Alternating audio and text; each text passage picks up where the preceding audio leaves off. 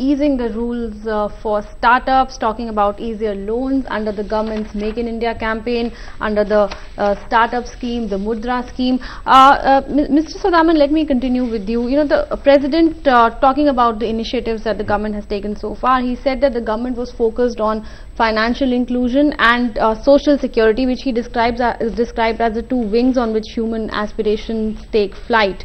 He also talked about the success of the Jan Dhan Yojana, under which 21 crore bank accounts have been opened, the pension scheme, insurance schemes to universalize social security. So clearly social sector finding a mention there. Is that an indication that perhaps, you know, in this year's budget the social sector is going to be a major area of the government?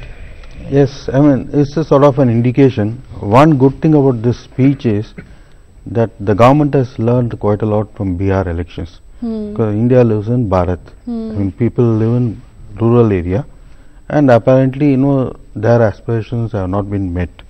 So that's one of the reasons why not much has been talked about corporates and bigger investments and those kind of things in this speech. So apparently indicating that the budget is going to concentrate on rural development, agriculture, job creation, MSMEs, startups, and these are areas, skill development, these are areas where the budget is likely to this is not a lay emphasis. Sarkar as alleged by the opposition. But the point is, I mean, whether are we implementing all these schemes properly? For example, President has talked about health insurance for disabled persons and all those things.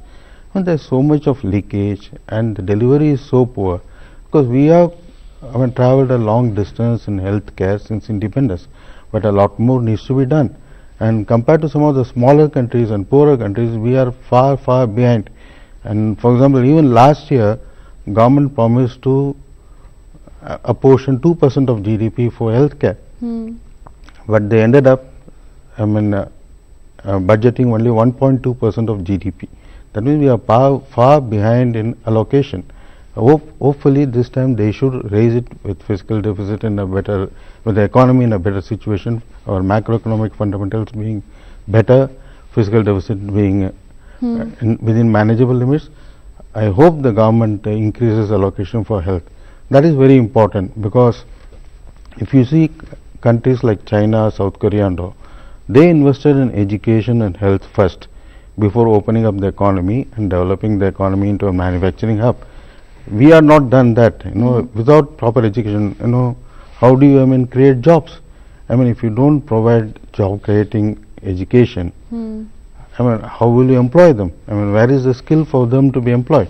So these are things government should concentrate. Hopefully this time they should increase allocation for education and health if we are to improve, and if there has to be inclusive growth, if there has to be social uplift. Right, Mr. Kesri, so clearly no big bang reforms this time around. The focus, I think that the government wants to go on focus on the ongoing schemes. There is no indication, at least I got from the presidential address. The focus is on minorities, upliftment, then backward caste, then again infrastructure.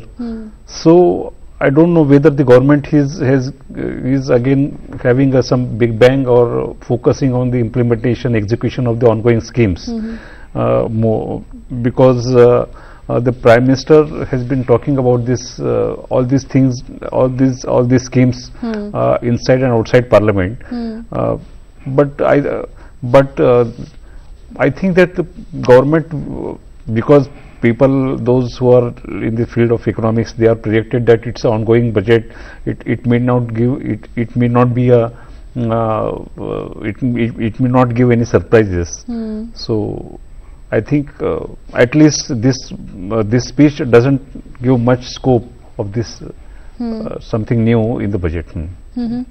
And also, with the fact that there are going to be elections, assembly elections next month in important states, the government somewhere, seems to have changed its strategy, focusing more on the farm sector.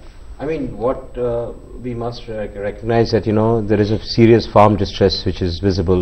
You have all kinds of horror stories coming out, people committing suicide, and the crop, although the coverage was all right in terms of the seeding, but I don't think the crop is going to be very good. The monsoons failed last year, the winter rains haven't really showed up. So I think the entire economy is actually bracing up for the outcome of the nature not really supporting this government. And that is why I think Narega has been beefed up. There is a greater amount of, I think, effort to rebuild Narega, because that is what sustained India at the time. There was a crisis in 2008, 2009 and subsequently, and there was a demand from the states that Narega should somehow be given more funds. This goes contrary to the earlier, sorry? Crop insurance and irrigation too. Yeah, so I think there is a growing realization within this government that if you do not look after your farm sector, and which goes contrary to the earlier noises that were made by the government. I mean, they thought that the entire policy of the UPA need to be reversed, and in fact it was stated in so many words that, you know, it will carry on perfunctorily without really doing very much. So there is a re-emphasis in you know, providing transfer of funds to the farm sector, ensuring that it doesn't lead to a kind of chaos which drives people from the villages to the urban areas, a process which has actually reversed, you know, for the last few years, but has got revived once again. So I think it's gone back to the core, you can say, economic policies which are required when it comes to dealing with the poor, the deprived and the dispossessed of the rural India. And as my fellow panelists said, they are also cognizant of the failing or the debacle that they faced in Bihar, and with the assembly elections to 5 states coming up, they don't want to mess around too much with that. They don't want to look like a party of that only supports you know, the so-called the suit boot variety. And surely I think there has been some kind of a shift in the way they have begun to perceive politics. And that, I think, is very visible in the tone and the tenor of the speech delivered by the president. Even the manner in which Deen Dayal Upadhyay ji has been brought to the 3rd paragraph, and the kind of importance that has been given to Antyodaya program, which was visible in 1977, subsequently during the time when Atal Bihari Vajpayee ji was the Prime Minister.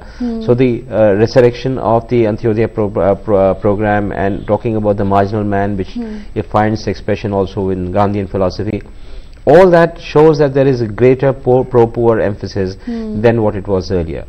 So in a certain way, it may sound a bit low in, you can say, sloganeering, although they repeat "Make in India" and everything, but I think it is going closer towards the poor, closer towards, you know, creating jobs, even, you know, emphasis on the MSMEs.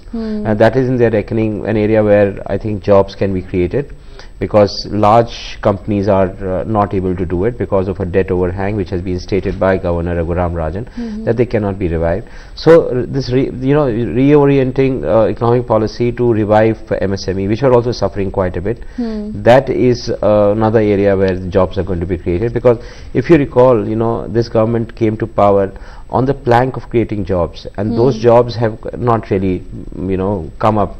And there's been a slowdown. There has been, I think, a bit of a policy confusion also about what will get you jobs. Make in India will get you jobs, or, you know, sticking to knitting in terms of what